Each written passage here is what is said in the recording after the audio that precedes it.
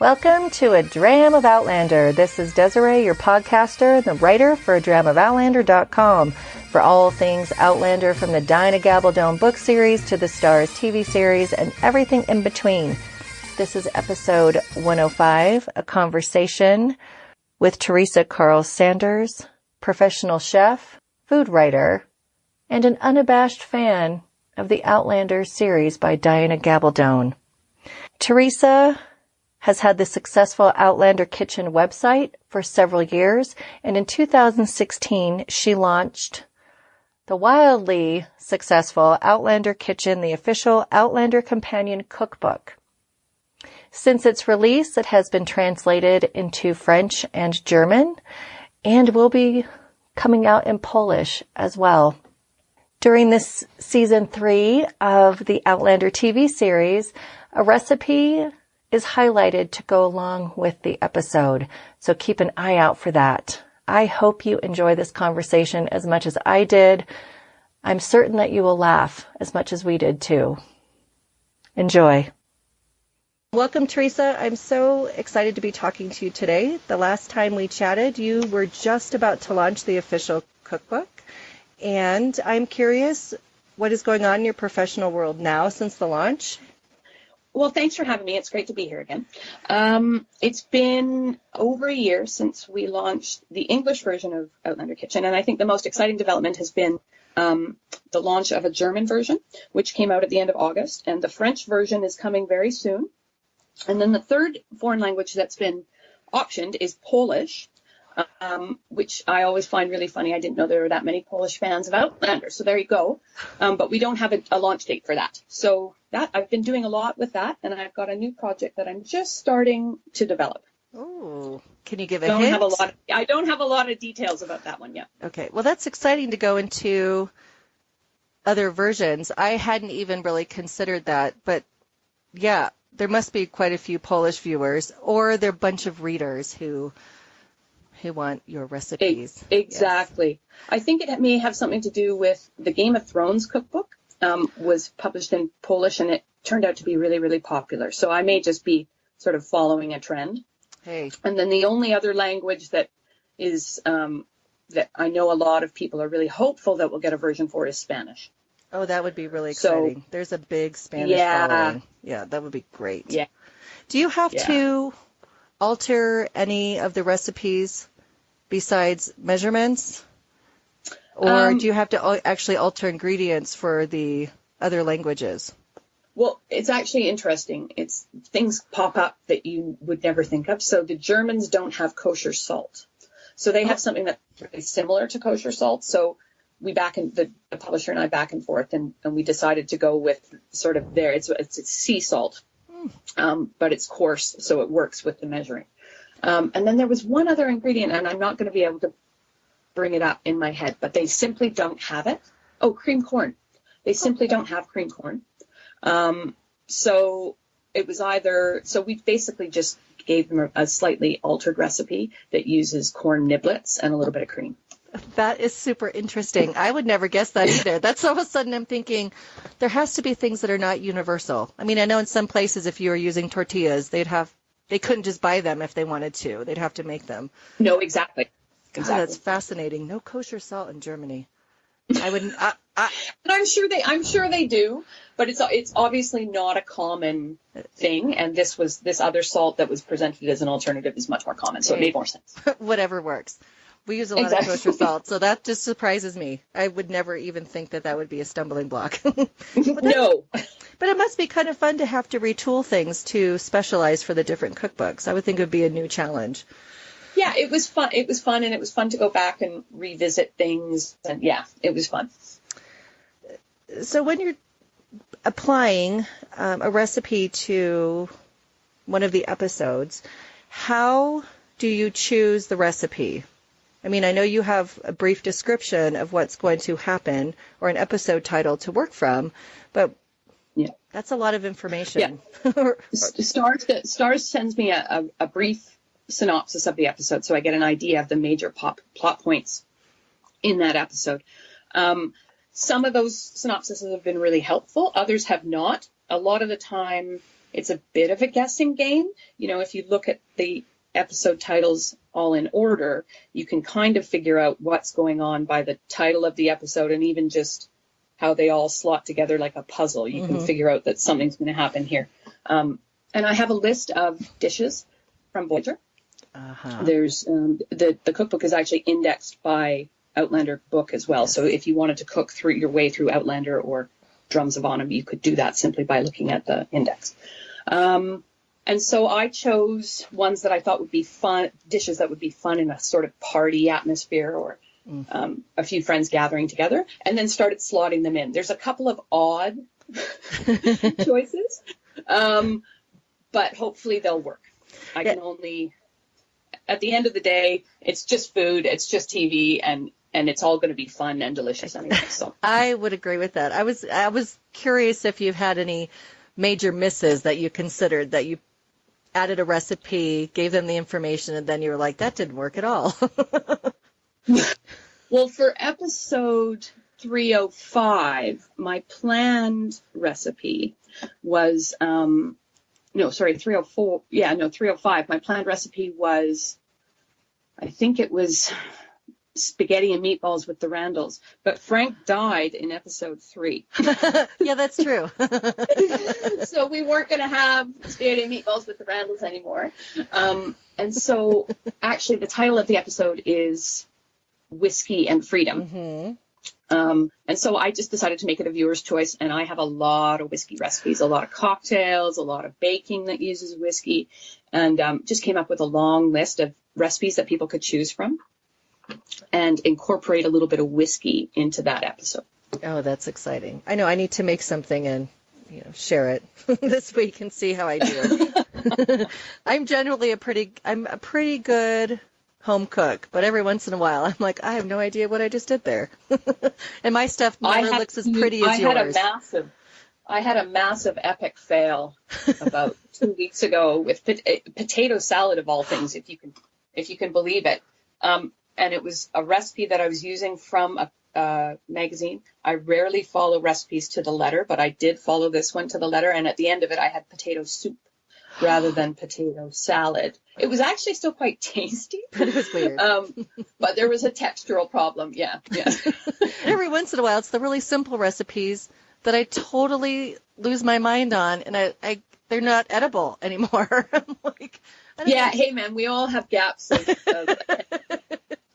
And I think the most disappointing thing for me in that potato soup / salad was that I grew the potatoes. So basically, I wasted about a third of my crop in this stupid potato salad that we actually couldn't eat the leftovers from because it was just weird. And it's terrible to be wasteful if you're somebody who enjoys gardening like you do, and you grow so much of your own product. Having it go into the trash is just not something you enjoy whatsoever. It was hard to throw it in the compost, I'll be honest.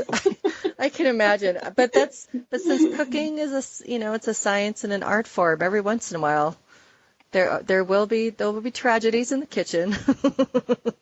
Totally. And it's probably something as simple as, I think I overcooked the potatoes by about 2 minutes, right? So sometimes it really doesn't take very much to make a massive mistake. So. I know. And you have to laugh. You have to laugh, and then you have to go down to the pub and have dinner or whatever it is that you do recover from it, and then get back on the horse right away. Yes. Well, it is, but it's good. I think it'll be good for listeners to hear that somebody at your caliber, your chef, messes up still too. Potato salad. Yeah, you'll be like, it'll be known as the potato salad incident of 2017. Exactly. What's your favorite dish that is being featured this season for the television series? I think the answer to that would be turtle soup, just because it's such an iconic Outlander dish. It's probably the dish I've had the most requests for over the last 6 years. It's a long recipe, and for most people, it's going to take 2 days, but it's really, really worth it. It's a really, really delicious, flavor-filled soup, and I think a lot of people will really enjoy eating it while they watch that scene that we've all waited for. Oh, man. And I will tell you, since our last conversation, every time I think about Murphy. I think about you. I'm going to probably have to get you a T-shirt made or something. I would love a Murph T-shirt. That would be awesome. I do. And I sit there and I think, yes, I think she's right. And it makes me smile every time I think of that. So, yeah, it has been imprinted on me now. I'm glad. I love him. He's one of my favorites. So he's so just irascible. And I can just... He's a cook, man. He's a cook down to the very marrow of his bones. And he makes me laugh. He doesn't really even have to say anything. I'm just laughing the whole time I'm reading. So I'm sure it'll be the same watching it. The casting has been pretty flawless, so there will get somebody in there that will be exceptional. I just can't wait till he gets his determination to make hangover cures. Maybe that's something you need to do a subspecialty on, is your favorite hangover and seasick cures. That's true, actually, because I do suffer from seasickness, so I'm familiar with it. That would be really fun. I think people would love that. That would be good, wouldn't it? And it would secure your Murphy spot. Even I know along in the creative process of cooking, I mean, there must be times that you learn things about yourself. What types of things have you learned about yourself as a chef when creating these inspired recipes? I think probably I'm much like you. I was in the kitchen very early on, and I'm always stayed there, and so I've always been a cook.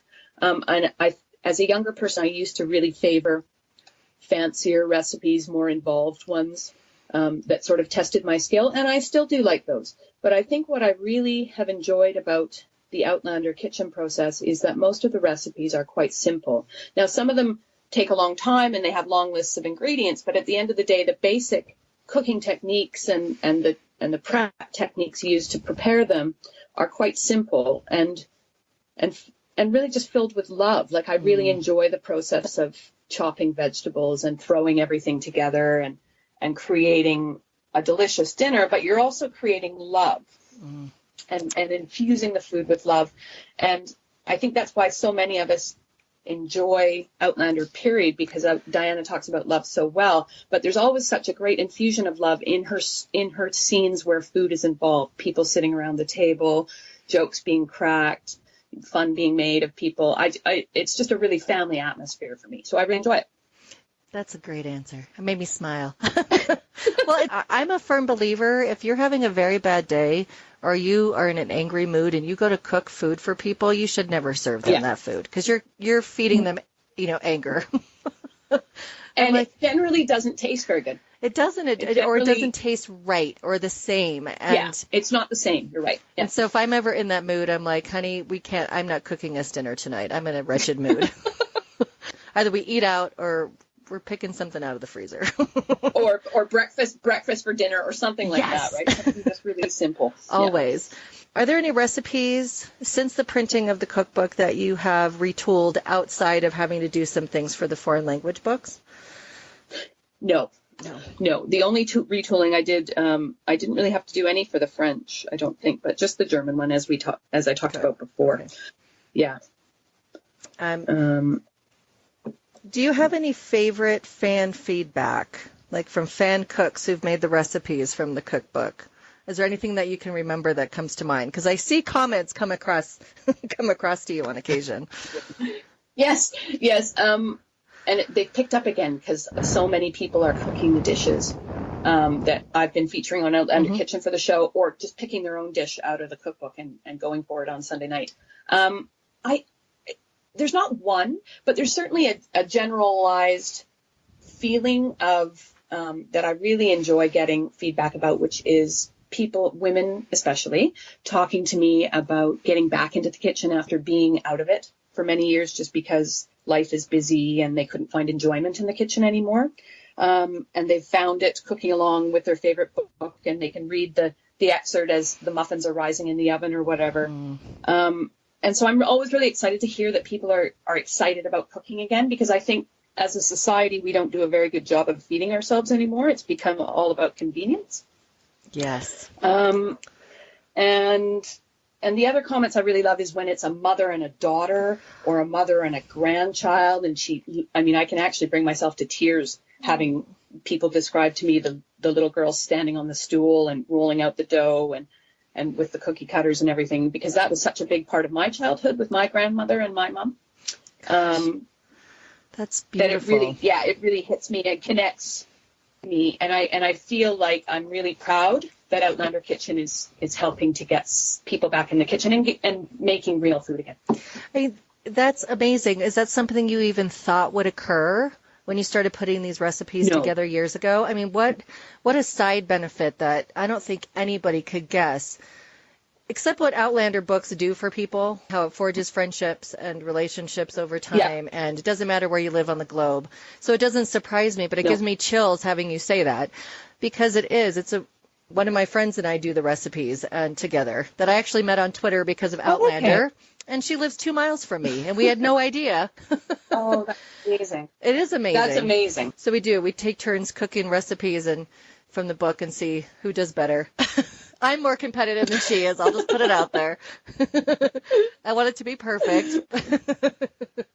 Well, yeah, and it's funny because the other thing you get from feedback is you get the different types of people that are sending you feedback, right? Some of those photos are very well put together, and a lot of time has been spent photographing Fiona's cinnamon scones. And then, there's the other one that's sort of taken by the stove, by the light of the stove, and it's shepherd's pie, which is never easy to photograph anyway, and it's sort of tossed on a plate, but there's a child's face next to that plate smiling with a big smile, really enjoying it, but the food itself really is quite scary looking. So it's true. It's not.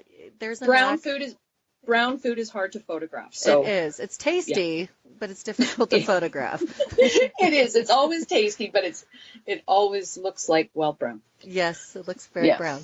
I know when I posted that picture to you from a couple of weeks ago with the goat cheese dish. Yes, I tried.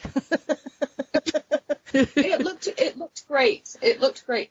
Some of my favorite photos are actually some of the worst ones, just because they're funny. Oh, they are funny. You could do Outlander Kitchen fails, like the cake fails. Oh, totally. And like 21st century food on the internet, it all has to be perfect. So I kind of just like the irreverence of having ugly food with my name tagged on it. I think it's funny. I think that would be the greatest. That's outtakes. Outlander Kitchen outtakes. I mean, that could work. Totally. Please keep them coming. Don't stop. I love them. Yes, Theresa loves them. I just think you have built a community, and it is a resurgence of enjoying food because you have to take time with a lot of this. Like you said, even if it's simple overall, you have to invest into the process of cooking, and you can't just open a package and pop it in the microwave. I find cooking to be very enjoyable, and it's almost like a meditative process if people aren't bothering me. or even the phone, right? I mean, I turn the phone off all the time when I'm cooking because it is a meditative thing, and it's got ritual to it, and it's got all sorts of things that can really soothe frayed nerves. Oh, I agree with you. And then at the end, you have something to enjoy. Exactly. And to share with others, right? That's true. You were speaking of ritual. What kind of things do you do when you're preparing? Even if it's my own recipe, the first thing I do is look it over, which, depending on the number of times you've made a recipe, my memory is terrible, so I really can't do anything without having the recipe in front of me. What happens after I've started the recipe and how things may change from what's printed on the page is another story. But I always read the recipe over first. And I'm a big believer in mise en place, which is mise en place just means everything in its place. So it means doing prep. So it means if it says that the onion should be chopped, that you chop the onion before you start cooking. It means that if there's a whole bunch of spices that are all in quantities of a teaspoon or a half a teaspoon, that if it makes sense for the recipe, you've already got them measured out and they're all mixed together in a bowl. It just makes everything go way faster and way more smoothly. Yes. And I always find it's a more enjoyable process. To me, it's a cleaner process in the kitchen as well. Because as you're going, you can be putting things aside and you don't end up with one of those horrendous kitchen disasters that takes 2 hours to clean up. And it's probably my A-type personality too, and my training. But it's just, like you said, you can clean as you go along. It's just I rarely have a pile of dishes left when when the dish is finished, because there's always 5 minutes to do dishes at some point. Well, and then if you want someone to help you as well, or they come in and want to jump in, it's much simpler to share the process with somebody else if you already are organized along the way. And then you're not going to have as many of those fails by grabbing the wrong spice or something out of the cupboard at the last second and misreading labels. Exactly. One of the best examples of that was when I was in cooking school. The big chef instructor, so the head cheese, came in and he said to me, Theresa, and I was an older student, I was 38 when I went to cooking school, so I was also one of the more reliable people in the class. So he said, okay, Theresa, I've got this huge thing at my daughter's school tomorrow. 100 kids were making pancakes. Can you mix together the dry mix for the pancakes and just leave it for me on the table there, and I'll get it. So I said, yeah, sure. So I went ahead and made enough pancake mix for about 100 kids. And 2 hours later, something happened. We were actually at class. We were in class, so we were making stuff, and I realized that I had used salt in the batter instead of sugar. Oh. And he had just left. with the powder. Oh, yummy! We did get it back, and we did make the switch. And to this day, even at home now in the kitchen, when I know that container contains sugar, my finger always goes in there, and I always lick it just to make sure. I would have had my ass kicked by that guy. I was going to say, chef instructor.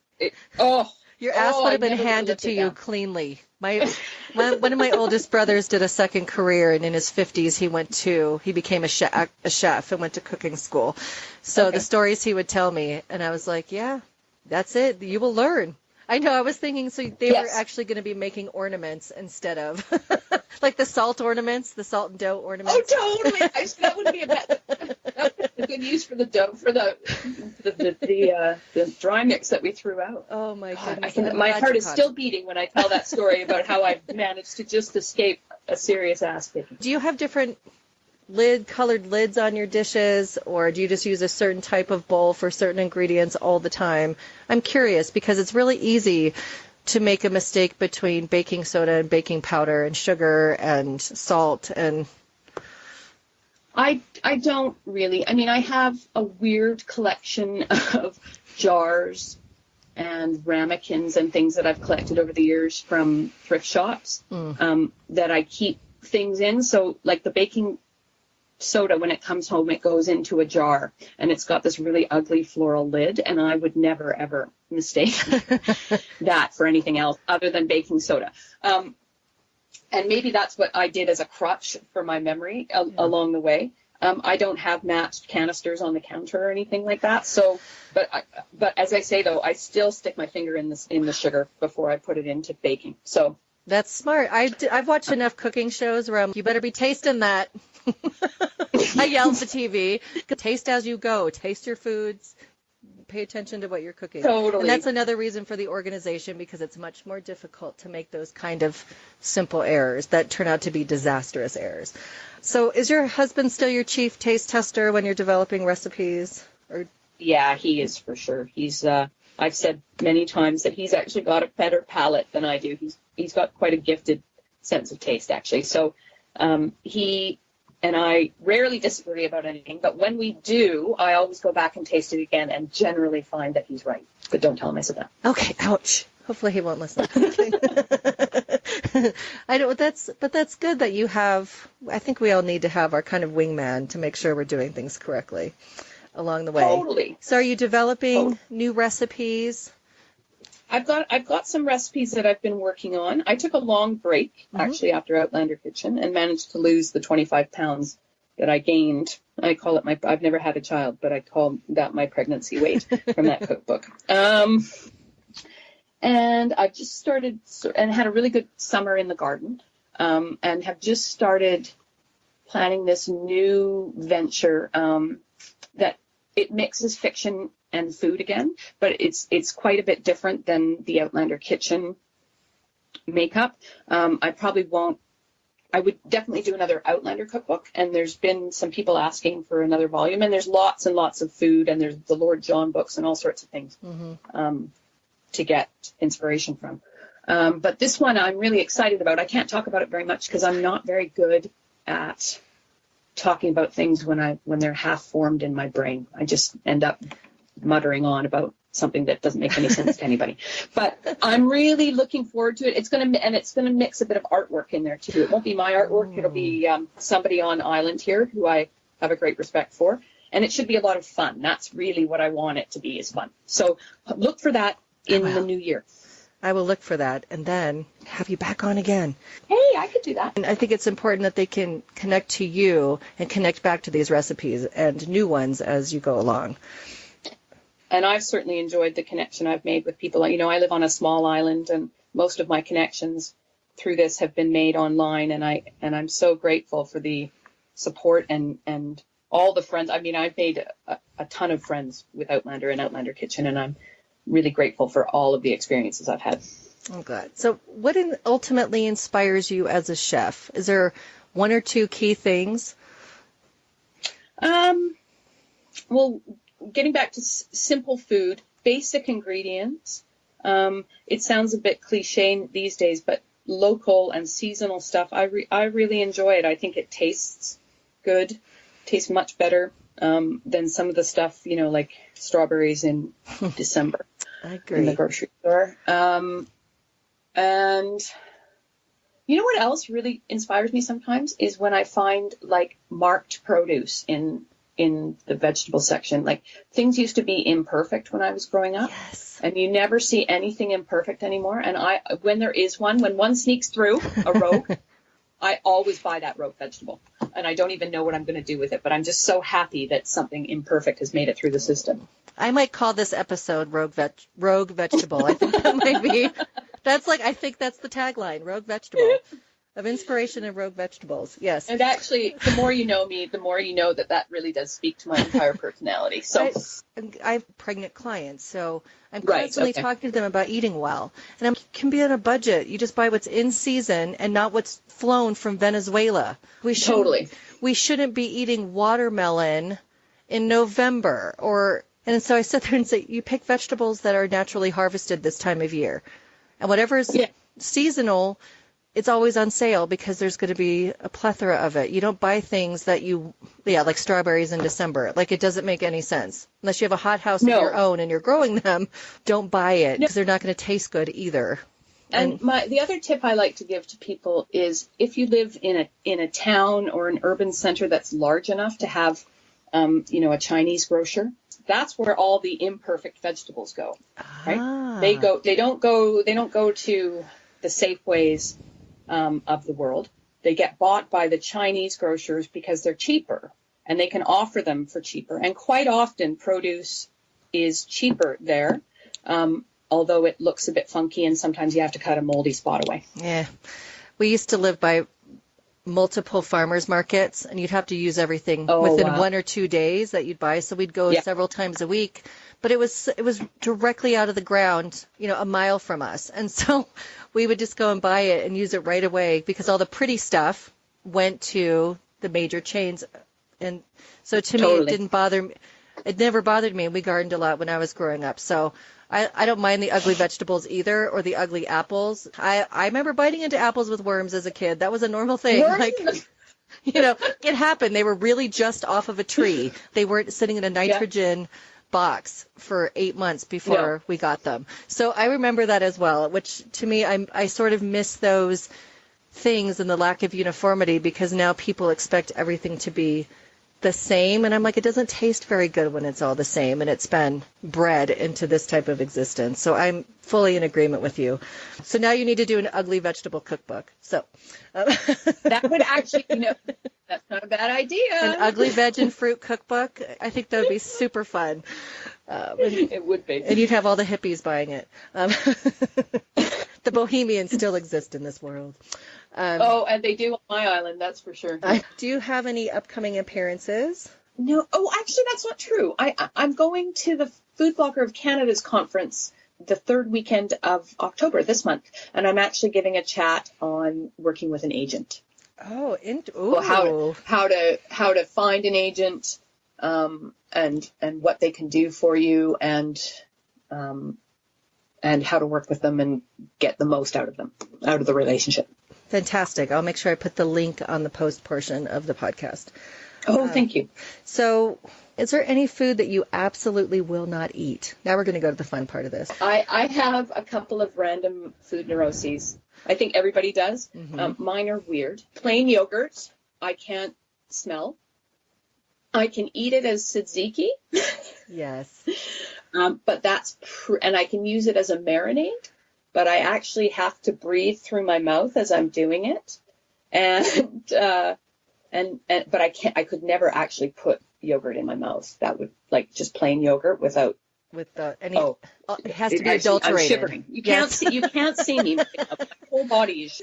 The other one that's even funnier from an Outlander perspective is I have a huge issue with the texture of porridge. Huge. Really? And I just went to a silent retreat in July where it was 10 days of silence, and it was porridge and fruit salad for breakfast every morning. And I actually managed, after about day 3, to mindfully eat a half a cup of porridge every day. It took me over a half an hour. Wow. Because it's just really weird. So I've tasted all the porridge recipes that I've posted for and put in the cookbook for Outlander Kitchen, but I've never really tasted more than a half a spoonful. That is amazing. It's a terrible, terrible thing to have to admit, but I've done it. I've come out and I'm clean. Well, then you must have a terrible, gut issues, according to the Scots, who love their porridge every morning. Yes, I have to find alternate forms of rough. And plain yogurt, though, I'm there with you. It's just, if I was forced to eat it, like, I could, but it's not something I would ever mindfully pick up on my own and actually enjoy a cup of. No. Not once. Eating yogurt actually spreads to all flavors for me. I can't do it. It's another textural. It's smooth and anyway. It's weird. I actually don't eat yogurt either. Isn't that funny? So we're kindred there. I lost 10 pounds at this silent retreat because it was porridge, fruit salad, and the fruit salad was gorgeous every morning because it was summer. But yogurt was the third. Hilarious. The first day I walked in there and I went, oh boy, this is going to be fun. Lots and lots of fruit. It's good for you. Lots and lots of fruit. So do you have a guilty food pleasure or something that people would be surprised that you love to eat? Like that's processed and total garbage. Probably not, but I have to. Full disclosure. They changed the buns, so I don't like them quite so much anymore. But a fillet of fish. Now, I live on a small island. There's 2,200 of us. There are no chains here. Okay. Like, there's no fast food. There's nothing. So the only way to get it is to leave the island, and we don't do that very often.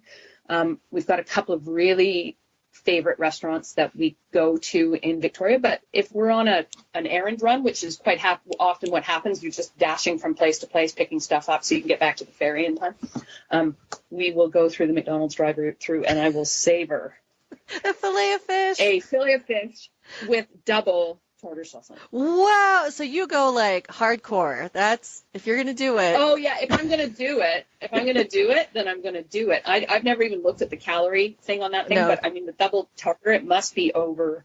It's a lot. 500. It must be at the 600-700 mark. So, I know recently. and then I don't eat dinner. Yeah, right. And I never eat the fries. You never eat the fries? I don't know. Everybody else loves the fries. I don't like the fries so much, so I don't eat fries at McDonald's. But a fillet of fish would be, one of the secret things that I don't. Okay, now I'm going to be sending you McDonald's coupons just for fun. I was doing a lot of work one week. We had tons of babies born, and I was traveling all over creation, and that was the only place to eat. And so, I broke down and got a quarter pounder with cheese and was like, I forgot how much I like these, but I could have one like it had been 10 years actually, but yes. Then you don't cheesy goodness. Oof. They are there. I know. And it's just, I'm like, I know this is really awful, but it tastes so good. I can't. I know. And I'm always very aware of how awful it is. And because there's lots of things about McDonald's, not just the food that I don't like. I agree. But you asked me and I know. I love it because we all have that kind of stuff, or this type of frozen pizza or corn dog. There's got to be something in everybody's.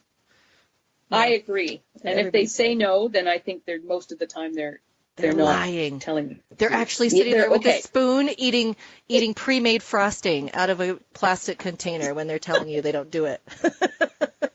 Exactly. Is there a food that you think is terrible that everyone else seems to love? I know we covered McDonald's already. It's not that it's anyway, I'll just say avocado toast. Now, I've been eating avocado toast since I lived in my very first house outside my parents' house with a roommate who was Middle Eastern, and his dad had avocado toast every morning with these certain spices on it. I've been eating that for 30 years, but this recent Instagram thing with avocado toast, it drives me nuts. It's not a recipe, right? It's quick and easy breakfast, and it's awesome, but I really don't want to look at any more Instagram pictures of avocado. Yeah, it seems to be like the it food. It's funny. Us growing up in Southern California, we have avocados. They were just on hand, so we ate it. We ate them with everything. How did this become the weird it food for the last 2 years? I have no idea. It's photos, right? Food photos are much more important than the food. I think sometimes on Instagram. So it's a pretty picture, right? You can put flowers in it. It's beautiful. Green. Yeah. You can fan the avocado. You can put flour out of it. I've seen them all. And you can show your perfect multigrain bread or sprouted bread because you're not eating white bread. That you bought at Tartine in San Francisco, and but at the end of the day, it's a half an avocado on a piece of bread. I know, it doesn't require skill it doesn't require anything. It's not a recipe, yeah. I think these it foods, I feel the same way about kale. I think kale is a big fat lie. If you have to beat it and bake it and salt it and oil it and do all those things, it can't possibly be good. It's a lie. So the kale producers of the world got together and said, how can we market this? And how can we make everybody think it's really delicious? I only like kale. I like baby kale, and I grow it in the garden in the back, and I pick it once it's about an inch big.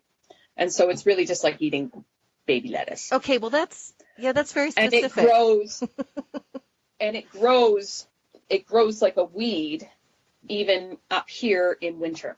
That's why I like it. But when it goes to full size, and I try to like it, and I do like it, but you can't use it every day, right? There's only one kale plant that I let go full size in our garden because that's all that we could possibly eat. You see, that's interesting. So I really think there's something to do with food marketing. Some council, the Kale Council of, I don't know, North America got together and decided to full press kale. You're probably not wrong. Look at baby carrots. Those baby carrots in the bag. They're just carrots that are shaved down.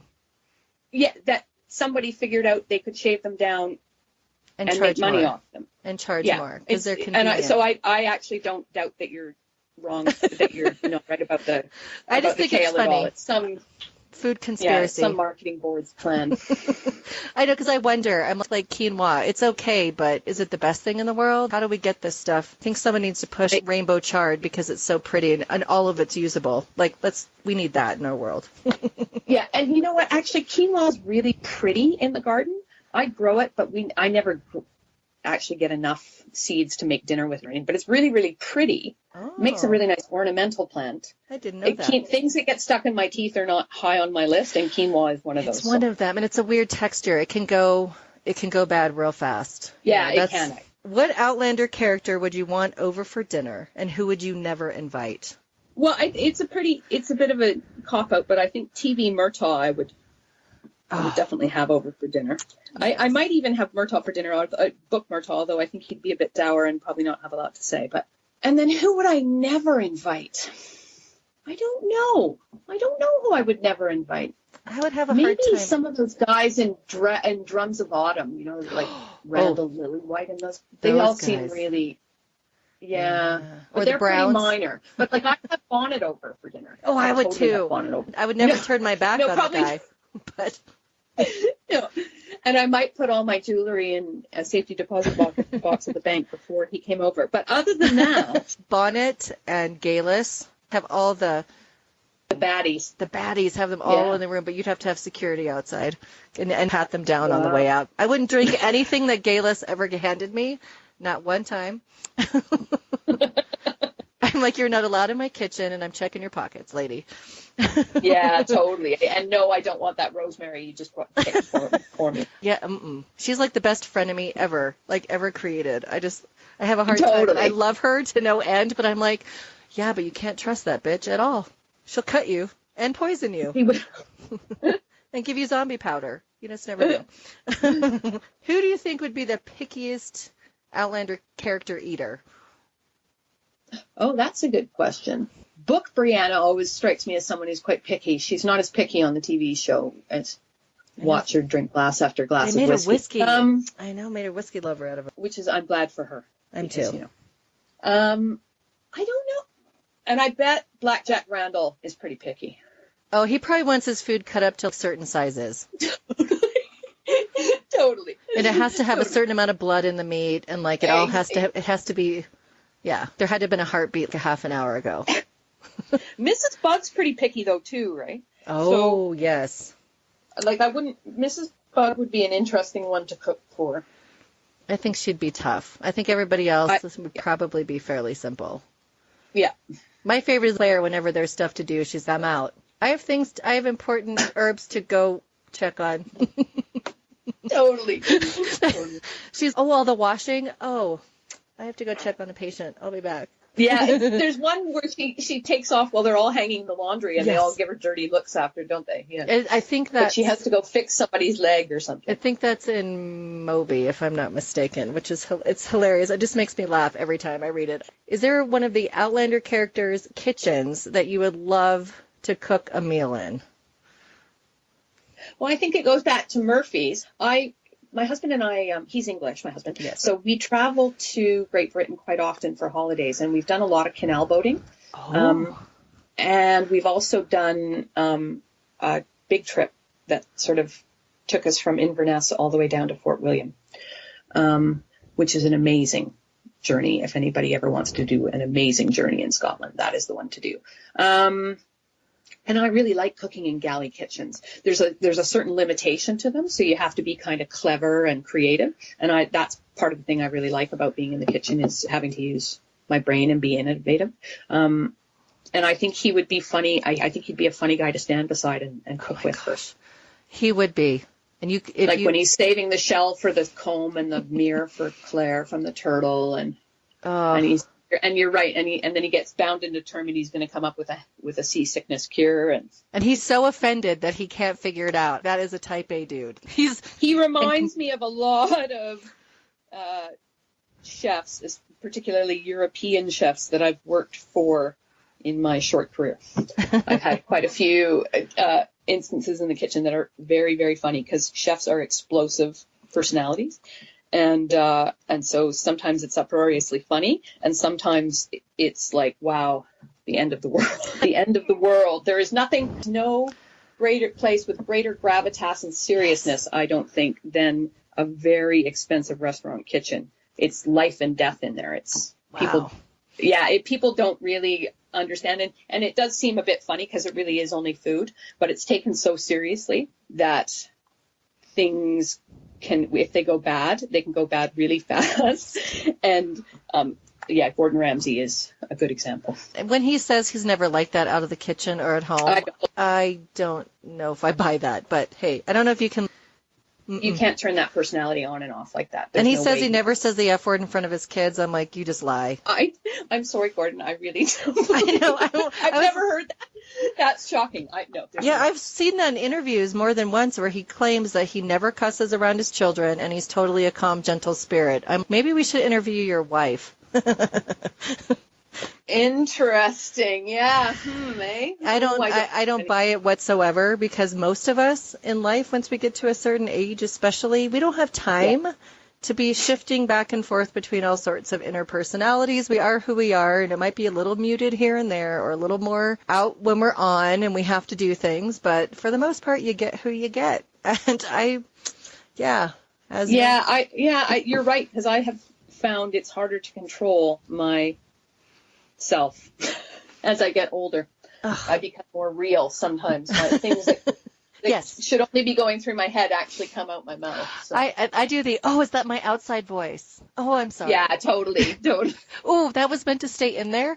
Well, and it's funny because I have to be up all night sometimes. And if I happen to be working between 3 and 5 a.m., I warn my clients. I say, I'm really sorry if I say something completely inappropriate, but if I'm with you between these 2 hours, I can't guarantee I won't. I will try my hardest. I just let it roll. So. Well, that's great. And I mean, you're dealing with real life, like drama, and yes. You are dealing with life and death, right? So. Well, yeah, exactly. So it's just really interesting to me where I don't think we can turn things off quite so easily. My husband's dream is actually that we buy a canal boat and live on it over there. Yeah, that's my husband's dream too. Oh, no. And I would be very happy for 3 to 5, 6 months on it. But I'm not living on it, if you know what I mean. So you can have one back and forth, occasionally. Well, that would be ideal, wouldn't it? Now we're talking dream. I know. But yeah, my husband's family is still all back there. So, and he's been here with me for almost 25 years. So it would be great to be able, he doesn't want to go back full time, but it would be great to have, a few years where we could spend at least a season there. That would be great. I love that idea. Yeah. And so I just want to thank you for joining me. Do you want to tell people where they can find you if they don't know how they can find you online? Absolutely. You can find me at outlanderkitchen.com. And you'll find the cookbook at every major bookseller, Amazon and Barnes & Noble, as well as brick and mortar bookstores. If you don't see it on the shelves, please ask somebody in the store, a clerk, to get it for you, because they'll bring in an extra one, and then we'll sell even more cookbooks and more people will be cooking real food. And then I'm also on Facebook. It's all Outlander Kitchen. I'm on Facebook, Twitter, and Instagram as well, and Pinterest. Pinterest is a really great place for Outlander Kitchen because there's lots of fans with lots of boards that have shared lots of things. Well, that's fun. I have to go over there. I hardly ever go there because I fall down rabbit holes. And as much as I like to think I can do things and I can do things, yeah, I decided that I'm no crafter. In any sense of the word, but recipes are definitely, it's a good place to go. I have to go and check that out. Yeah. And share it with everyone. I'll make sure that I put all the links to your site and social media and to your upcoming appearance in the written post part of this. Okay. And it's been wonderful talking to you and reconnecting. And I'm just so thankful I can share you and what you're doing with my audience. Thank you so much. Okay. Have a fabulous rest of your day. Thanks so much, Des. All right. You too. Bye. I really hope that you enjoyed that conversation as much as I did. I mean, apparently we didn't like each other at all and had no fun whatsoever. I'm so glad that I could bring that to you during this hiatus week of season 3 that we're all having to suffer through, right? And I hope to see you still this Wednesday night on Twitter for the weekly A Dram of Outlander chat under hashtag ADOO. We will be discussing season 3 up till now and this conversation with Theresa. And you can find A Dram of Outlander on Facebook. There's a page and also a group you have to ask to join. On Instagram and Twitter, it's Dram of Outlander. And you can also find me on Tumblr, A Dram of Outlander. And the website, wait for it, is adramofoutlander.com. I would love to get your feedback. If you have questions for Theresa, thoughts, if you have your own recipes that you've cooked from the Outlander Kitchen cookbook or website, I would love to get your feedback so I can share it with her. And it's contact@adramofoutlander.com, or the listener line is 719-425-9444. Please leave a message. Please write an email. I love to get that feedback and response from you, my listeners. And how can you support the podcast? Share it all around widely. Let others know that you listen and why you like it. Please go to iTunes or Stitcher or Google Play and leave a review that helps people find the show. Go onto the social media pages and talk to the other listeners and fans of the group and page. And they're fabulous. You're fabulous. And it's the best group of people I could ever imagine interacting with. Y'all are wonderful and you're smart and you seem to get along really, really well. And I appreciate that from a moderator point of view. You can also financially support the podcast. You can go to patreon.com/adramofOutlander and do a monthly offering of your desire. Or you can do a one-time offering and you would simply have to email me or leave a message for that information. I'm a solo podcaster and I appreciate your support. So if you haven't gone in and liked the Facebook page or followed the Twitter or the Instagram, please do so. And next week, I will add in all your comments from episode 305. That was pretty wild, wasn't it? Of the show. Or I might do a special bonus episode just to go over what y'all had to say. And I hope you survived this hiatus week. And thank you for listening. And until next time, Slán je va.